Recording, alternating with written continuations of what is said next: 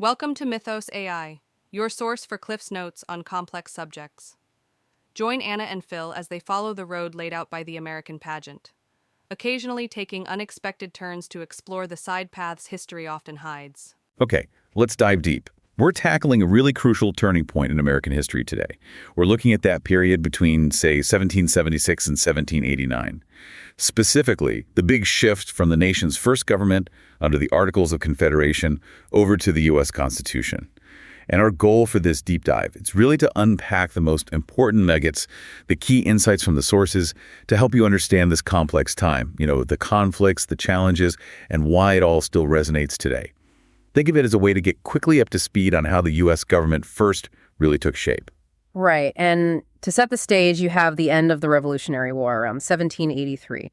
The new nation is independent, sure, but it's facing enormous challenges. There's economic chaos, serious disagreements between the states, and this fundamental question: how do you actually govern 13 states that had just thrown off a king and were, deeply suspicious of any central authority? Their first crack at answering that was the Articles of Confederation. Okay, let's start right there then. Yeah. What was the core idea? What guided the creation of the Articles? Well, the main idea is profoundly shaped by that recent fight with Great Britain. There is this intense fear, you see, of recreating anything like the strong central government they'd just escaped. A monarchy, a powerful parliament far away. They wanted to limit the national government's power as much as humanly possible. The thinking was this would prevent any potential threat to the rights of the states and, their citizens. And this led to a really deep commitment to state sovereignty. The states saw themselves as the primary centers of power. Article 2 of the Articles spells this out very clearly. It says something like, each state retains its sovereignty, freedom, and independence, and any power not expressly given to the central government. So the Articles essentially created what they called a firm league of friendship. Maybe think of it more like a treaty, an alliance between independent countries rather than one unified nation.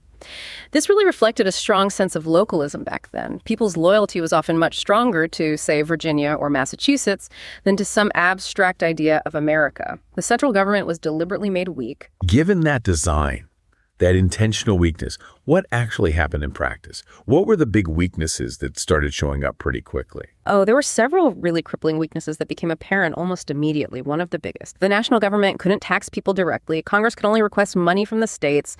And compliance, it was voluntary, and frankly, it was poor. Between 1781 and 1787, Congress asked for something like $10 million, but only got about $1.5 million.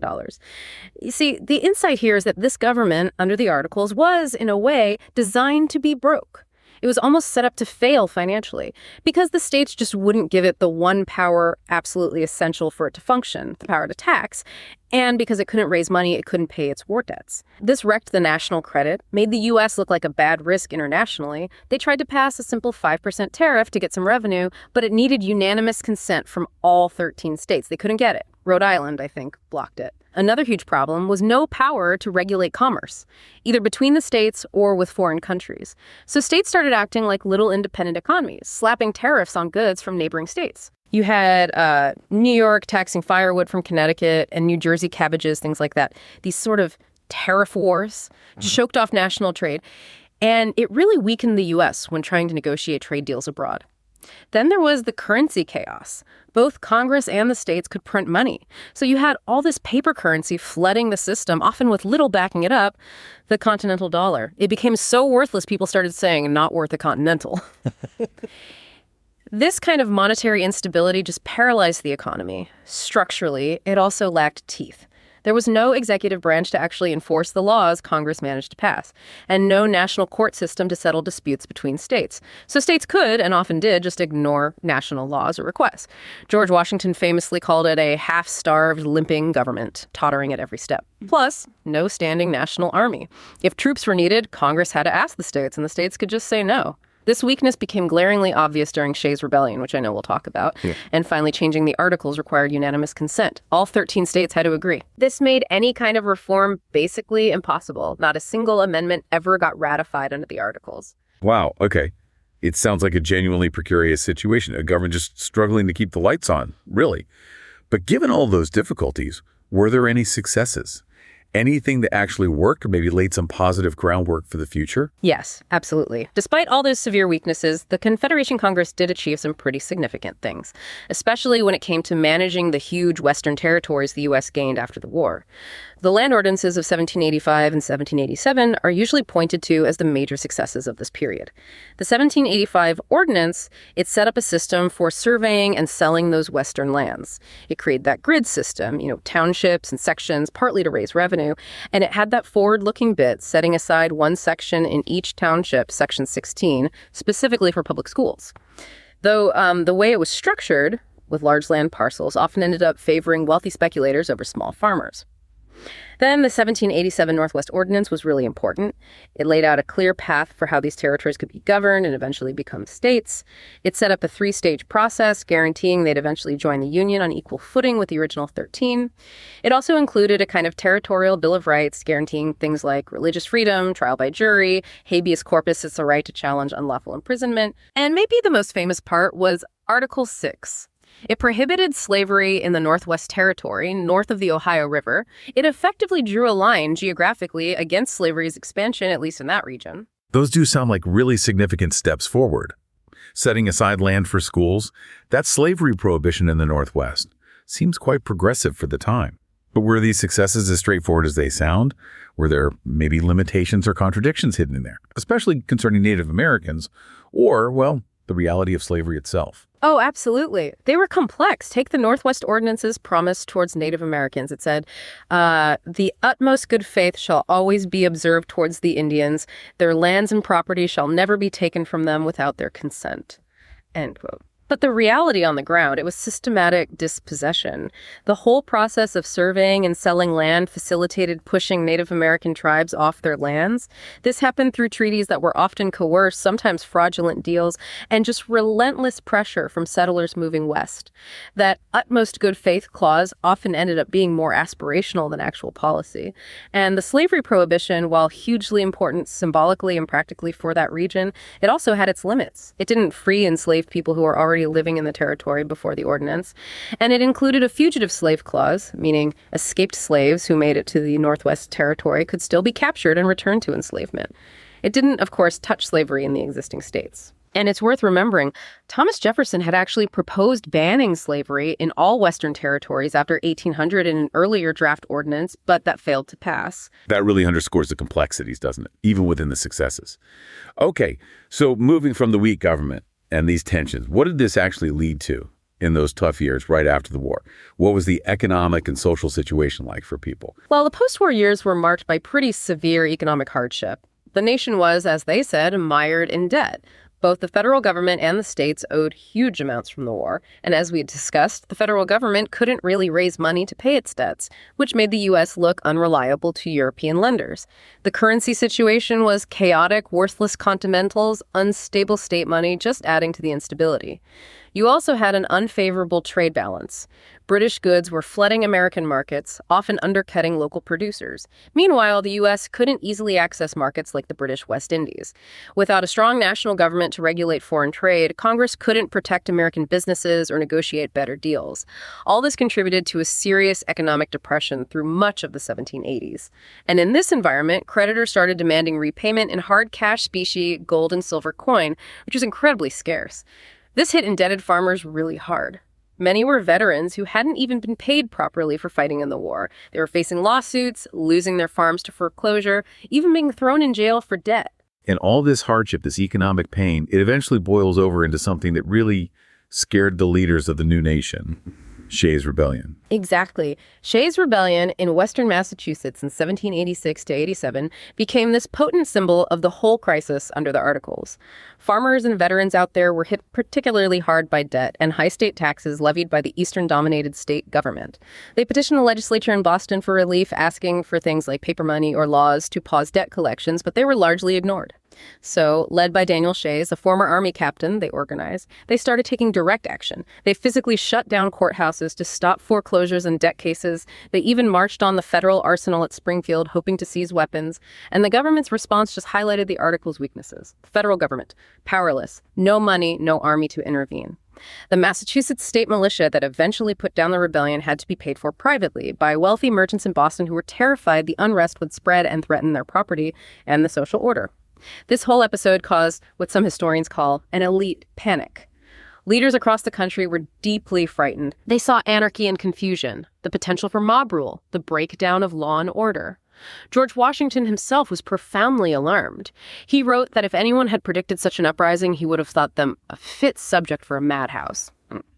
Now, calls to reform the Articles were already happening, but Shays Rebellion was a powerful catalyst. It starkly showed the current government couldn't maintain order, couldn't protect property. It added real urgency to the push for a stronger national government. So beyond the economy and Shays Rebellion, were there other ongoing problems under the Confederation that were pushing people towards wanting a change? Yes, definitely.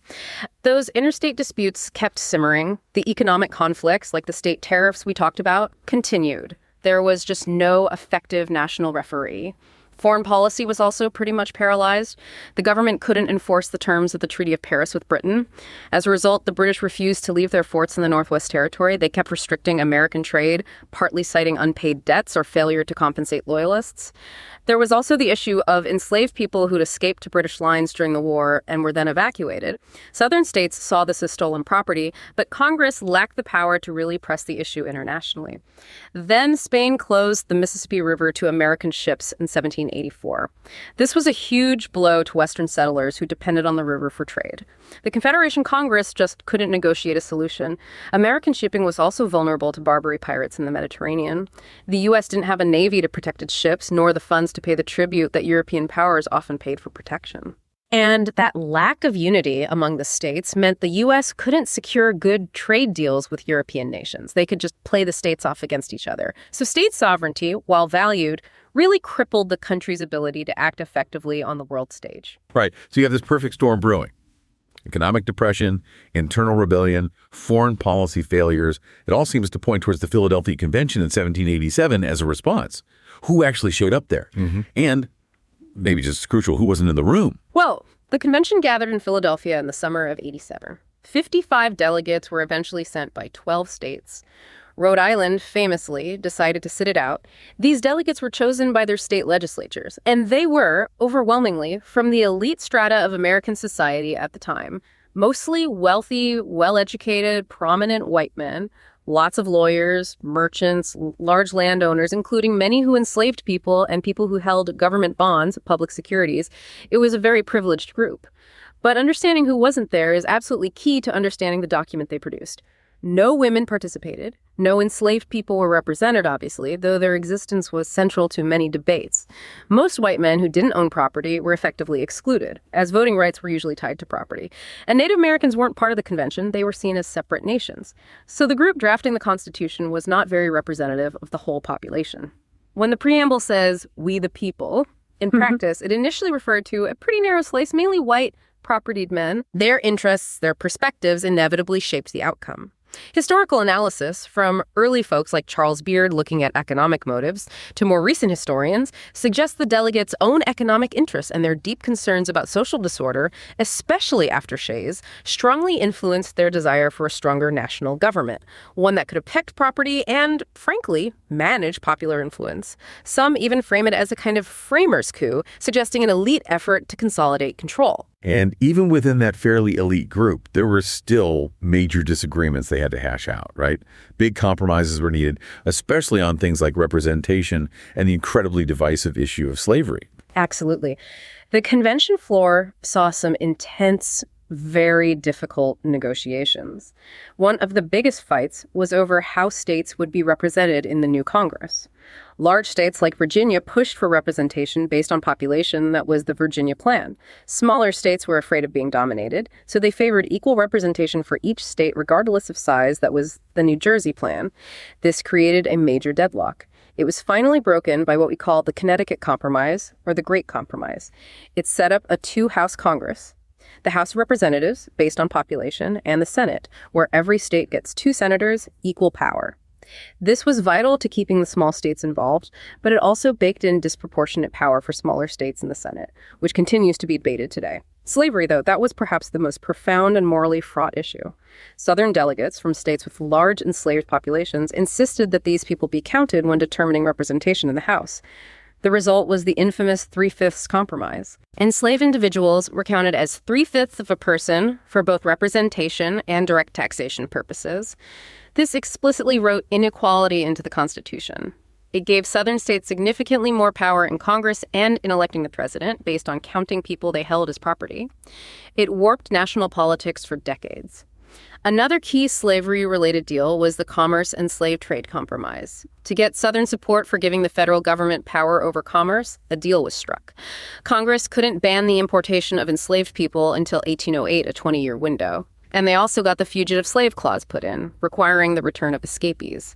These were huge concessions to Southern interests, seen as necessary to get the Constitution ratified and hold the Union together, but they fundamentally embedded and protected slavery in the nation's legal foundation. There were also big debates about the executive branch. After fighting a king, many were wary of a single powerful president. Could that become a new monarchy?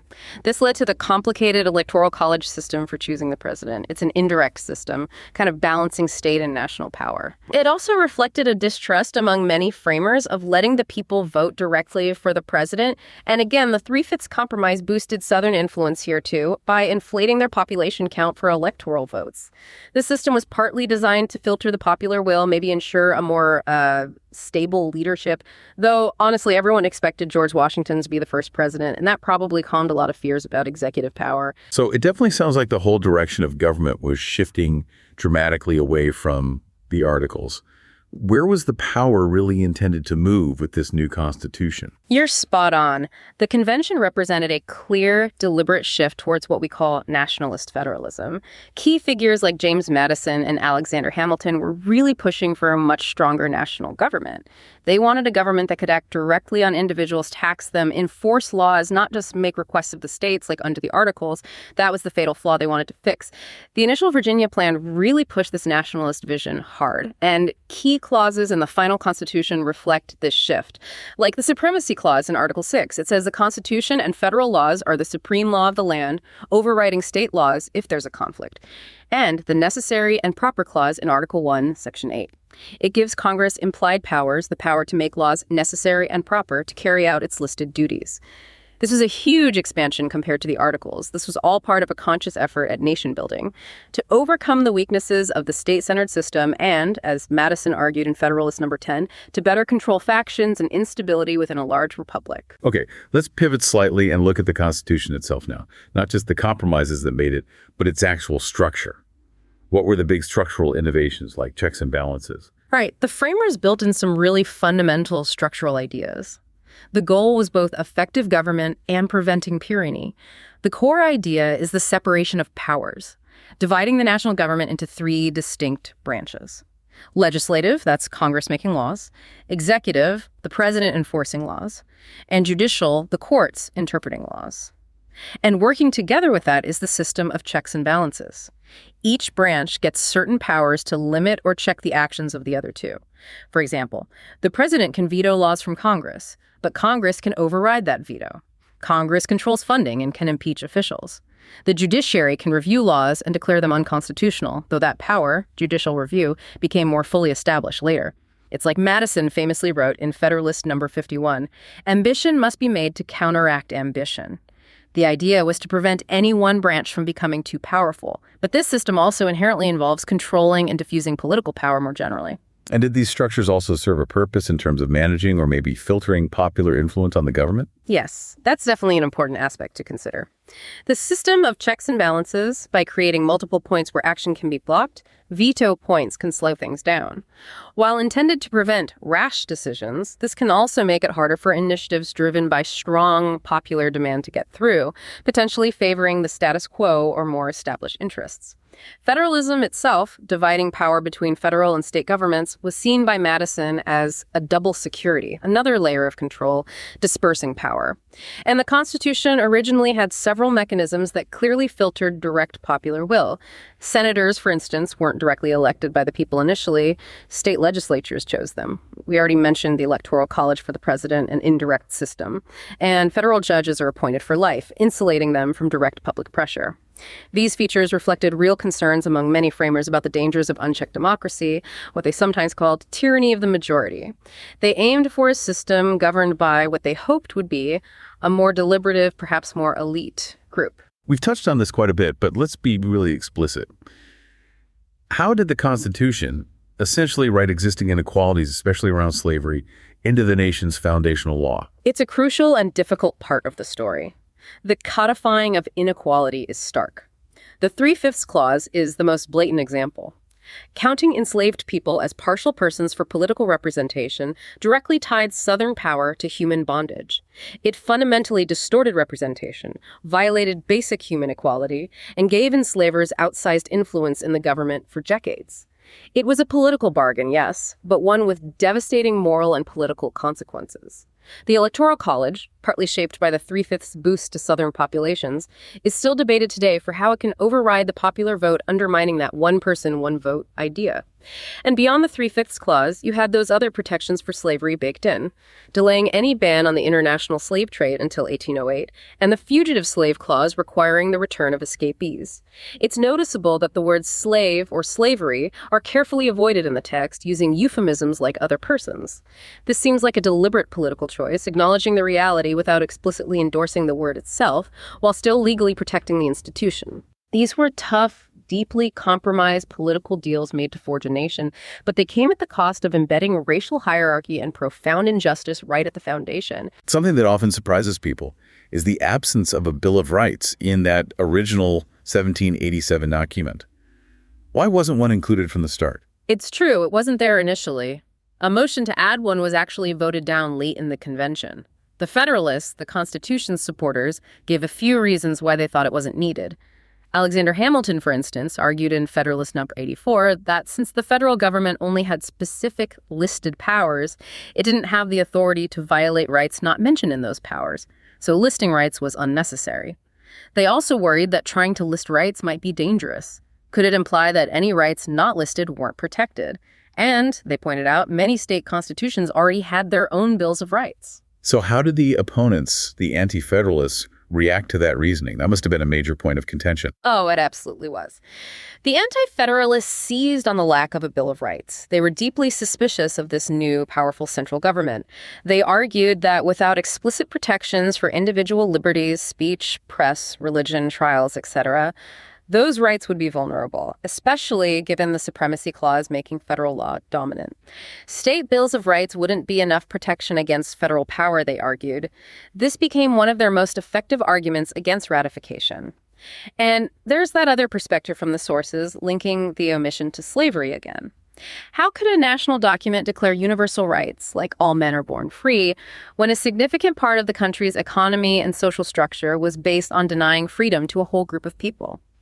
Charles Cotesworth Pinckney, a delegate from South Carolina, apparently suggested it would look pretty bad with a very bad grace to make such declarations while holding people in bondage. So avoiding that direct contradiction might have been another, perhaps less spoken reason for leaving it out initially. Okay, so you have this document full of compromises, embedding serious inequalities, missing guarantees many people wanted. How did it actually get approved? What was that ratification fight like? The ratification process was intense. It was fought out state by state in special conventions, and the outcome was far from guaranteed. It was a real ideological battle between the Federalists, who pushed for the Constitution, arguing was necessary to save the nation from chaos, and the Anti-Federalists, who opposed it as written. The Anti-Federalists feared it created a government that was too powerful, too distant from the people, and that it would swallow up state power and individual liberties. They really had different visions. Federalists often leaned towards a stronger national government, promoting commerce, maybe led by elites. Anti-Federalists often championed state power, local control, an agrarian ideal, and worried about taxes, standing armies, and losing touch with representatives in a large republic. You see writers like Brutus arguing forcefully that a republic just couldn't work over such a vast territory. It forbids that we should be one government, he wrote. And this is where those famous essays, the Federalist Papers, come into play, right? As part of that persuasion effort. Exactly. The Federalist Papers were born directly out of that ratification fight, especially in New York, where the opposition was really strong. They were written by Alexander Hamilton, James Madison, and John Jay under the single pen name Publius. 85 essays published in New York newspapers. Their clear goal was political persuasion, defend the Constitution, explain its logic, counter the anti-federalist arguments, and convince New Yorkers to vote yes for ratification. They're a brilliant defense of the Constitution and Republican government using logic, history, philosophy, but also, rhetoric. They stress the dangers of disunion, the failures of the Articles. It's important to see them as skilled advocacy, maybe even sophisticated propaganda. They sometimes downplayed federal power or used careful language to win people over. And we should remember, the anti-federalists were writing powerful arguments, too, under names like Brutus or Sentinel. It was a real debate. So with such strong opposition, especially over the missing Bill of Rights, how did ratification actually happen? How did they get enough states on board? Well, it was touch and go in several key states. Massachusetts, Virginia, New York, the votes were very close. And that lack of a Bill of Rights was the anti-federalists' strongest weapon. It really resonated with people's fears. The key turning point was what's called the Massachusetts Compromise. The convention there was deadlocked. To break the impasse, the Federalists agreed. Massachusetts would ratify the Constitution, but they would formally recommend that amendments, including a Bill of Rights, be added by the new Congress. This idea, ratify now, amend later, became the crucial model. Other states followed suit, like Virginia and New York. It offered a path forward for hesitant delegates. That promise of amendments was essential. It secured the necessary 9 states for ratification. It really shows the Bill of Rights wasn't part of the original Philadelphia plan, but was a major concession forced by the opposition during ratification. James Madison, who initially argued against a Bill of Rights, saw it was politically necessary and ended up drafting those first amendments himself in the first Congress. And those first 10 amendments, the Bill of Rights ratified in 1791, they protected specific liberties from the federal government and included the 10th Amendment reserving powers to the states and the people. They fundamentally shaped the Constitution we know today and really stand as proof of the power of popular critique and pressure in that founding moment. That's a fantastic journey through the creation and ratification. So, stepping back now, how should we, think about this whole period today? Maybe moving beyond some of the simpler, more celebratory stories? Yeah, that's a really important question. It's helpful to challenge that traditional narrative, the one that often sounds a bit like a triumph, portraying the Founding Fathers as unified visionaries, creating a perfect system seamlessly. A more critical perspective, looking at what some call founding interests, suggests we need to pay attention to the delegates' economic concerns protecting property, ensuring debts were paid, facilitating trade, and their anxieties about social unrest, particularly after Shays. This view argues the Constitution was designed, at least in part, to create a government strong enough to manage those issues, to protect elite interests, and maybe to control popular influence through things like checks and balances, indirect elections, those veto points we talked about. That traditional myth of consensus also tends to gloss over the really deep divisions that existed. Ideological fights, economic conflicts, North versus South tensions, and especially the profound disagreement and compromise over slavery. Seeing the Constitution not as inevitable, but as the result of intense, contested bargaining among a specific limited group helps us understand why we still debate its meaning today. It wasn't handed down from on high. And critically, we need to consciously bring in the perspectives of those who are largely left out of the formal process. Think about the anxieties of ordinary farmers and debtors who worried the Constitution might favor the wealthy. Think about the huge impact of the Constitution's compromises on slavery. The 35th Clause, the slave trade protection, the Fugitive Slave Clause, how they actively build racial hierarchy into the system, despite revolutionary talk of liberty. The voices of enslaved and free Black Americans pushing for freedom were ignored in Philadelphia and the ratifying conventions. Women were completely excluded from formal politics, no voting, no delegates, their legal status often limited by marriage laws like coverture. And popular resistance existed beyond the formal anti-federalist arguments. You had Shays Rebellion itself, Native American American resistance to westward expansion enabled by the new government's policies, petitions from African Americans. So this critical framing reminds us that we the people was in practice a very narrow and contested idea at the start. The Constitution, for all its brilliance in political design, was also built on significant exclusions and left fundamental injustices unresolved. That really puts the whole era in a much richer and perhaps more challenging context. As we wrap up this deep dive, what are the main takeaways for our listeners? I'd say first, the shift from the Articles to the Constitution wasn't smooth or inevitable. It was a turbulent time, driven by real crises and deep disagreements, not easy consensus. Second, the Constitution itself is this complex mix. It's a product of brilliant political thinking and design, yes, but also intense negotiation and some deeply difficult, morally fraught compromises, especially around slavery and how to balance power. It wasn't born perfect. Very much a starting point, and a contested one at that. Exactly. And maybe a final thought for you, the listener, to consider. Those conflicts and compromises baked into the Constitution right at the beginning, arguments about power, who gets represented, what equality means, they aren't just dusty history. They established fault lines and tensions that have shaped ongoing debates throughout American history. Debates about who really counts as we the people and what a more perfect union should actually look like. Think about how those echoes from the founding still resonate in political and social discussions today. Definitely a lot to reflect on there. We hope this deep dive has given you valuable insights into this crucial period and encourages you to keep exploring and forming your own informed perspectives. Thanks for listening to Mythos AI. Stay tuned for more concise insights. And remember to hit the like button and subscribe for future episodes.